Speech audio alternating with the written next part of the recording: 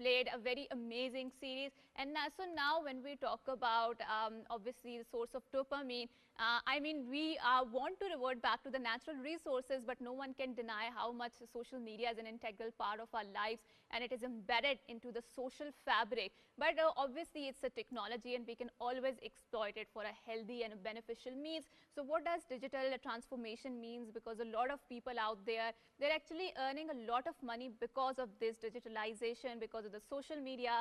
They're not just, they're prosumers. There's a new term called, there's also the producers and the consumers of the content. So how to make sure that we utilize this entire digitalization in our benefit and make sure that we have a vibrant social media presence. In order to unfold this conversation, I'm very glad that we have been joined by Aamer Ejaz Saab. He happens to be the president of the digital platforms of Ejaz. Assalamu alaikum, sir, and thank you so much for coming to our show. Alaikum assalam, Haja. It's nice to be here. Thank you so much. Absolutely, it's my pleasure. So now let's unfold our conversation. So whenever we talk about the digitalization, I just feel when we talk about the telecos within the Pakistan, how sophisticated is the digitalization going on?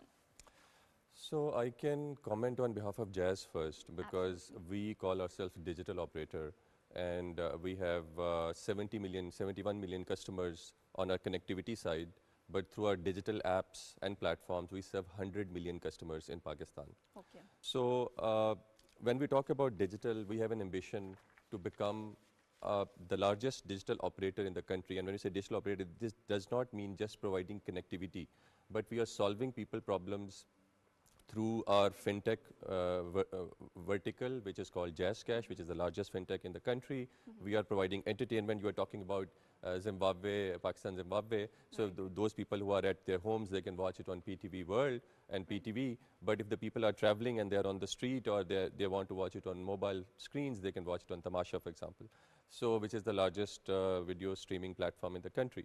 So similarly, we have Samosa, which is one of the largest apps in the country in terms of interacting with telcos. So if somebody doesn't want to call the call center, or they don't want to come and visit the franchises and the retail centers, they can do all of their telco transactions with few clicks. So this is how we are addressing this challenge through multi-dimensional and through multi-apps to provide the overall digital ecosystem, because digital transformation is not just about one thing, it's about creating the entire ecosystem. Right, and when we talk reaching mass audiences out there, right, we cannot discount the role of social media in that. And whenever we talk about the younger generation, Gen Alpha, millennials, they're all on social media, not just millennials, I think baby boomers are also on the social media. Yeah. So how much integral is the social media apps, platform, or generally space to your franchise or to your platform? And secondly, I would like to really focus on the medium of the memes, because I think a lot of people are consuming their information, even political information, through memes, right? In a very satirical way, in a very paradoxical way, or there is a parody involved in that. So do you think that the memes is also an integral part of your philosophy or your digital ethos? I think it's a great question. Commenting on meme part first, because this is really a very subtle way of communicating, a fun way of communicating a message and creating healthy entertainment. And so the element of virality is in that, yes, right? An element That's of absolutely, absolutely. So keeping that in mind, we wanted to make it an inherent part of our own platforms also. So for example, we have launched this Tamasha Shorts, which is like short form video content, which is becoming viral, where people can share the short form videos. Right. And we are already seeing a lot of traction. So I think this is a content hungry nation. You very rightly said that even millennials and even older gens are also on the social media platform, but 2/3 of this country population is below the age of 30. So they are content hungry, they want to create content. So meme is really a fun way, and we see the power of it, and we are really standing behind it. And in terms of social media, you're absolutely right, but social media in a sense is also now becoming a video media. So most of the social interaction that used to be text-based, even Twitter moved to the videos now. So the video, picture-based and video, small videos, right? So that's why I mentioned particularly about Tamasha, which is a video streaming platform. We are seeing a lot of traction. I mean, millions of customers. I'll give you cricket example. Sure. So half of the cricket audience in Pakistan now watch match on small screens, and primarily 70% of the traffic is coming on Tamasha. So we see this transition coming from big screen to small screen, Absolutely. thanks to the social media, video streaming, and all of these trends. Right, and whenever we talk about the attention of the audiences, I mean, there are lots of brands, you know, who are vying for the attention of their audience market out there, and it's very difficult, frankly speaking, grabbing their attention because of social media. There is an overdose of information. There's an over-influx of the information. How do you think, and I think the element of the storytelling is very essential in having that attention, right? So do you think that Pakistan's digital transformation has that vital element of the storytelling if you want to attract the consumer's attention in the first place? Actually, Hajra, I believe that storytelling is the only way if you want to engage audience in today's world, right? Absolutely. Because you need to have that emotional connection with the audience. And for that emotional connection, you need to pack even your logic, even if there's a logical message, you need to pack that in the form of a story. Absolutely. Because stories is what we hear as children, and stories is as we keep on telling, right? Right. So this is the central theme of our products, at least. Right. But I see that happening generally in the industry also. People realize it. People have the focus, and I think this is the only way to go, by the way. There is no other way in Right. this day and age Right. when there's so much distraction that if your story doesn't have emotion in it, you're not Absolutely. connecting with the audience, you're not giving the right message, and Right, you're not right. being authentic, then people will just quickly switch and move on. Right, and also let's also talk about the role of artificial intelligence, because there are a lot of global conversation happening in every arena, right? Democracy, politics, I mean, attention, etc., etc. The social transformation that is going on. So whenever we talk about Pakistan's digital transformation, do you think the artificial intelligence, there are conversation leading into that, and do you think we are having the right conversations in this regard? It's another great question. I think so. We as Jazz don't call it AI or artificial intelligence. We okay. call it augmented intelligence. Okay. So we see technology as augmenting humans. It's like a co-pilot sitting with us. So if you talk about chat GPTs of the world or all these Gen AIs, you know, people are actually creating not just text and videos, but they're creating music. They are creating all other form of things Absolutely. together with the machines. True. So we see machines as partners of humans, not really artificially coming and replacing humans. We see them augmenting. And AI 1440 is our core theme. We think that through artificial intelligence, we can engage people, we can provide them better content, and we can provide them better education, better health, Right. better financial products. Right. AI is the way to go. I'll just give you an example. We have now an app called Samosa. Right, right. So, which is basically for all of your SIM needs. And when people were interacting, we realized that there should be a Samosa chart or Samosa chat with it. True, true. So for that, we launched this. Which is a very Pakistani thing, right? yeah, Because we're yes. fond of samosas, right? Yes. So we said, let's augment it with a chat. And then we are powering it. We use this large language model, and we trained it for our own Pakistani market. So now the people can come and talk, and the chatbot or chartbot quickly acknowledges what you are talking about and responds to you instantly and solves your problems also. And if you have customer complaint, they actually take your complaint and forward it to customer care also. Right, So right. its bot is acting like an agent, like a human. Okay, okay, that's very wonderful development, because there's, I think, a lot of doomerism regarding the artificial intelligence, and whenever people talk about artificial intelligence, so the first concept that prop into the mind is maybe machines are going to overpower us and we are going to live in their servitude, but I think we can always exploit machine for our benefit. So whenever we talk about this transformation from the knowledge-based economy, right, and which is today, right now, what we are witnessing, I mean, there are certain challenges that accompanies this knowledge-based economy, and I think one of the thing, and especially after 9/11, is I think the biggest victim is the peace and the privacy. And in this era, when it's a data-based economy, or big data is like the golden currency that we have nowadays. From the consumer's point of view and from the companies or the corporate point of the view, how do you protect the privacy of that big data that you're having?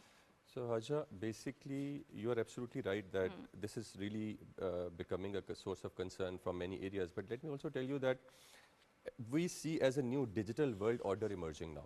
Absolutely. So the companies, when we were young and we were kids, or previous generation also, they used to say that human personality and opinion is shaped by two things, nature and nurture.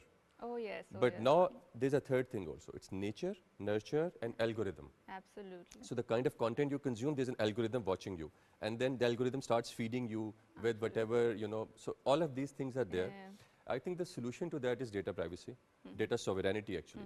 We as Jazz and beyond, we believe in data sovereignty. We think Pakistan data should reside within Pakistan. Absolutely. And that's why we have platforms like Garage and other cloud platforms where we make sure that Pakistani data stays here. So data is the new oil. Data privacy starts with making sure that your data, as much of it as possible, resides within your country. Right, right. I personally think that there's good awareness coming in all the relevant authorities also, and we are talking about data privacy, the regulations are coming in, and we are making sure that people are aware. Similarly, the big techs also, they are realizing, they are giving people options. You know, people can opt out of all of these trackings that these apps do. So all the major telephone companies and Apples and Samsungs of the world are also now giving these options to the people. Right, and I think we talked about it yesterday. I talked about this thing that, you know, whenever we talk about the modernity, so you do find some sort of tension between the local and the modern, right?